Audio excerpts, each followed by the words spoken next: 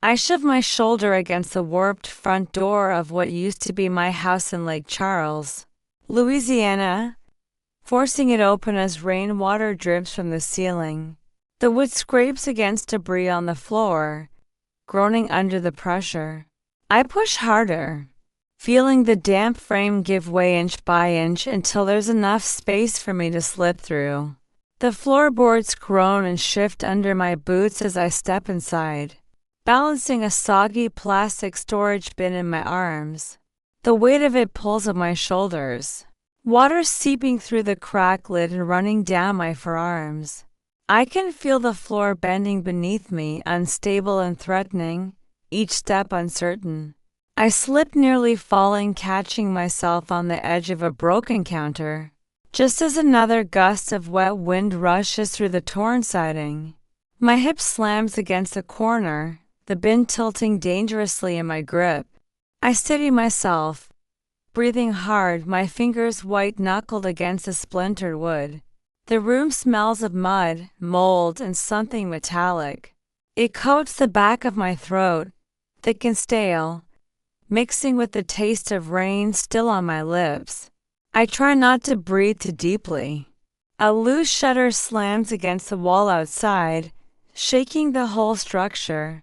The sound echoes through the hollow shell of the house, making the walls tremble.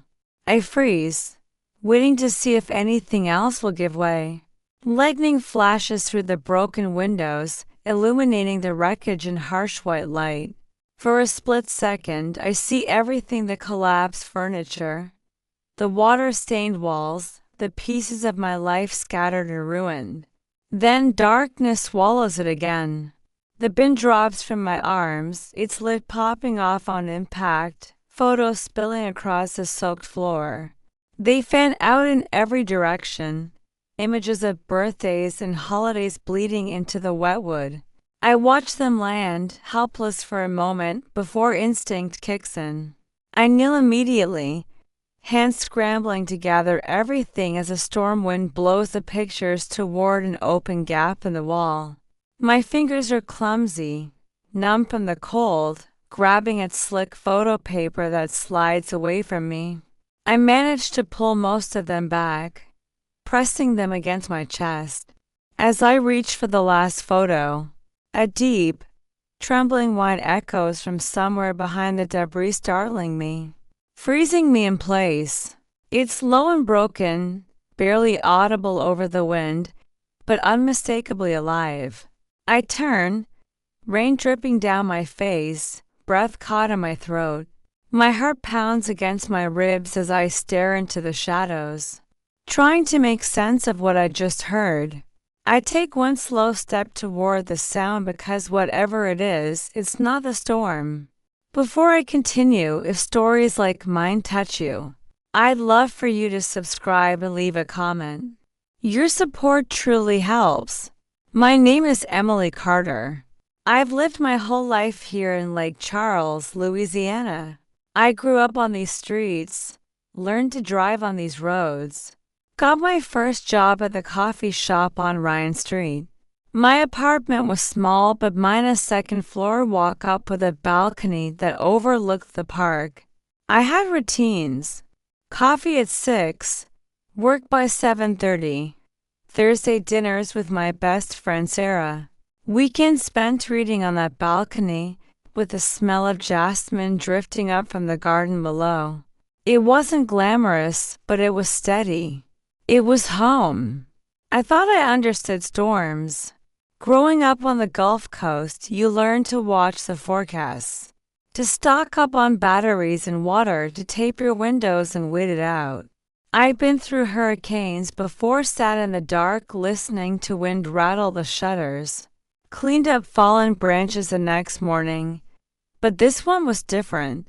Hurricane Laura didn't just knock down trees, it tore through Lake Charles like something angry and personal, ripping roofs off buildings, flipping cars, turning entire neighborhoods into unrecognizable wreckage. When I finally made it back to my street 3 days after the evacuation order lifted, I didn't recognize where I was. The landmarks were gone. The corner store, the oak tree I used to park under. The blue house with the white porch, all of it erased. My building was still standing, barely. The roof had caved in on one side and the stairwell to my apartment was half collapsed. Everything inside was destroyed, soaked, moldy, crushed under fallen beams. The balcony, where I used to sit with my coffee, was hanging by a thread, swaying slightly in the breeze. I stood there staring at it, unable to process what I was seeing. I moved through the days after that like I was underwater, every movement slow and heavy, every sound muffled. I stayed in a Red Cross shelter for 2 weeks, then a FEMA trailer, then a friend's couch. I stood in lines for hours, filled out paperwork I barely understood, answered the same questions over and over. Where were you during the storm? What did you lose? Do you have flood insurance? Do you have somewhere to go? I didn't know how to answer that last one. Somewhere to go. I lived in the same place for 8 years, and now I was carrying everything I owned into duffel bags. At night, I couldn't sleep. I lay there staring at the ceiling of whatever temporary place I was staying, listening to every creak and groan, waiting for the walls to come down. During the day, I felt numb. People would ask how I was doing, and I'd smile and say I was fine, that I was lucky, that at least I was alive. And I was. I knew that, but it didn't feel like luck. I kept going back to the apartment, or what was left of it. I don't know why. Maybe I thought I could salvage something, find some piece of my old life that had survived. Mostly I just stood there, staring at the ruins, trying to remember what it had felt like to be safe. One afternoon, while sorting through the wreckage of what used to be my living room, I heard a sound that didn't belong to the storm. The whine came again, clearer this time. I stood still, listening, trying to pinpoint where it was coming from. The building groaned around me, settling into its new broken shape. But underneath that, I could hear it soft, desperate, alive. I stepped carefully over a fallen beam, my boots squelching in the waterlogged carpet. The air was thick with the smell of damp wood and decay, and something else, something animal and afraid. I followed the sound toward the back corner of the room, where part of the ceiling had collapsed, creating a jagged cave of debris. The whimpering grew louder as I got closer. I crouched down, peering into the shadows, and saw him, a dog wedged between two fallen beams, his body pressed against the wall. He was covered in mud, his fur matted and dark with filth. His eyes caught the dim light filtering through the broken windows, wide and terrified. "Hey," I said softly, my voice barely above a whisper. "Hey, it's okay." He growled low and weak, more warning than threat. His whole body was trembling. I could see his ribs through his fur, the way his breathing came in quick, shallow pants. There was a gash along his side, crusted with dried blood and dirt. I stayed where I was, not moving, just talking to him in that same quiet voice. "I'm not going to hurt you. I promise. I'm going to help you." He watched me, his eyes tracking every tiny movement I made. A metal tag on his collar clinked softly against the beam as he shifted, trying to make himself smaller. I couldn't read the name from where I was, but the sound of it, that small, ordinary sound, broke something open in my chest. I reached out slowly, my hand extended toward him. He flinched, pressing harder against the wall, and I stopped. "Okay," I said. "Okay, we'll go slow." It took me 20 minutes to get close enough to touch him. 20 minutes of inching forward, speaking in low tones, letting him see that I wasn't a threat. When my fingers finally brushed his fur, he went rigid, every muscle in his body tensing. But he didn't bite. He didn't snap. He just closed his eyes and let out a long, shuddering breath. "Good boy," I whispered. "Good boy. Let's get you out of here." The beams were heavy, but not immovable. I braced myself against one and pushed, feeling it shift slightly. The dog whimpered again, his eyes snapping open, and I froze. "I know," I said. "I know it's scary, but I need you to trust me." I pushed harder, my muscles burning, until the beam moved enough to create a gap. The dog didn't run. He just lay there, watching me, too exhausted or too injured to move on his own. I reached in and slid my arms under him, lifting him as gently as I could. He was heavier than I expected, solid and warm against my chest. He trembled in my arms but didn't fight. I carried him out of the building, stepping carefully over the debris, shielding him from the rain that had started to fall again. He pressed his face against my shoulder, and I felt the warmth of his breath through my wet shirt. I didn't know it yet, but the moment he let me touch him, the storm inside me shifted. I took him to the emergency vet clinic that had been set up in a church parking lot. The vet, a tired woman with kind eyes, cleaned his wounds, gave him antibiotics, and told me he was lucky to be alive. Dehydrated, malnourished, probably lost during the evacuation. No microchip. No way to find his owner if he'd ever had one. "What will happen to him?" I asked. She looked at me, then at the dog lying on the exam table, his eyes half closed. "Shelter's overcrowded," she said. "We're doing our best." But she didn't finish the sentence. She didn't have to. I carried him back to the FEMA trailer. I was staying in a cramped metal box with a narrow bed and a kitchenette that barely functioned. I set him down on the floor, and he immediately curled into a tight ball in the corner, his nose tucked under his tail. I filled a bowl with water and set it near him. He didn't move. That night, I lay in bed listening to him breathe.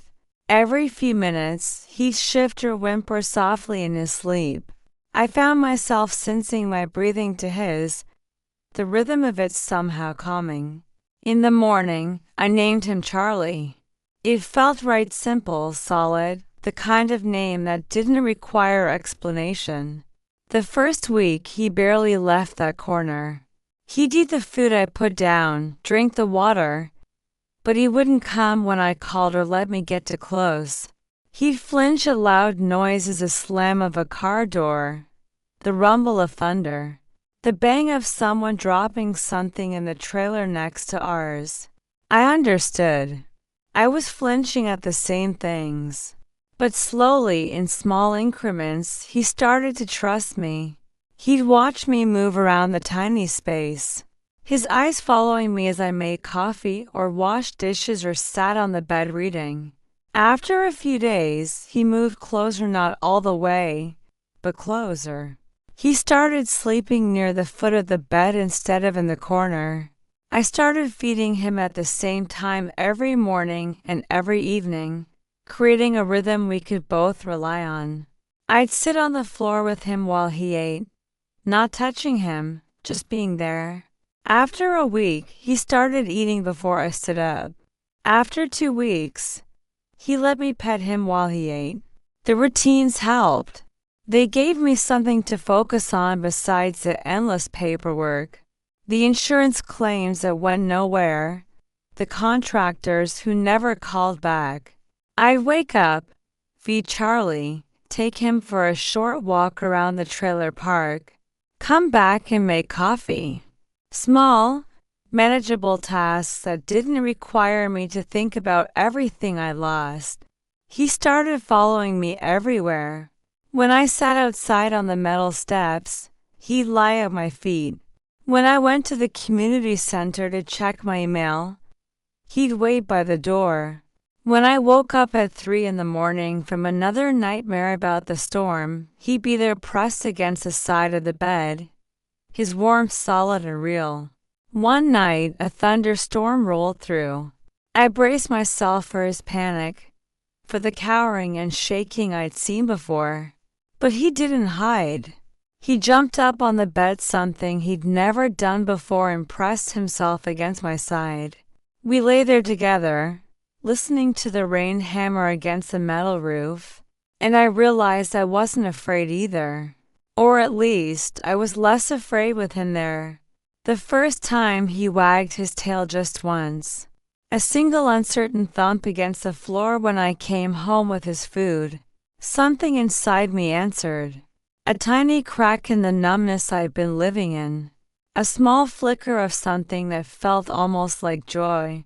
I started taking him to the sites where I was trying to salvage what I could from my old life. He'd sit in the car while I went through boxes of water-damaged belongings, and when I come back, frustrated and empty-handed, he'd be waiting with his head resting on the dashboard, watching for me. That simple act, knowing someone was waiting, that someone would be happy to see me, made the unbearable slightly more bearable. I began eating regularly again, not because I was hungry, but because Charlie needed to eat, and it felt wrong to feed him without feeding myself. I started sleeping more than 3 hours a night, because the steady breathing next to the bed made the darkness less terrifying. The neighbors in the trailer park started to notice him. A little girl from Roseover asked if she could pet him, and Charlie, who'd been so afraid of everyone, let her. He sat perfectly still while her small hand stroked his head, and when she giggled at how soft his ears were, I found myself smiling. Actually smiling. It felt strange, like using muscles I'd forgotten I had. Someone donated a leash, a proper one with a padded handle. Someone else brought over a bag of dog toys they'd found while cleaning up their garage. The pastor of the church, the same one where the vet clinic had been, dropped off a dog bed. Charlie sniffed it suspiciously at first, circling it several times before finally settling into it.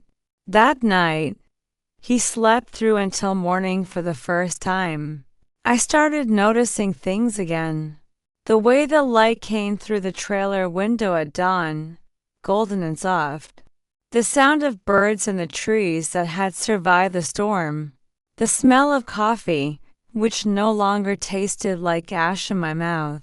Charlie would sit beside me during these quiet moments, his presence undemanding, just there. We developed new routines: morning walks before the heat set in, evening walks after dinner. He learned to sit, to stay, to come when called. I learned to trust that he wouldn't disappear, that he'd stay close, that he was mine and I was his. We were learning together, both of us figuring out how to be okay again.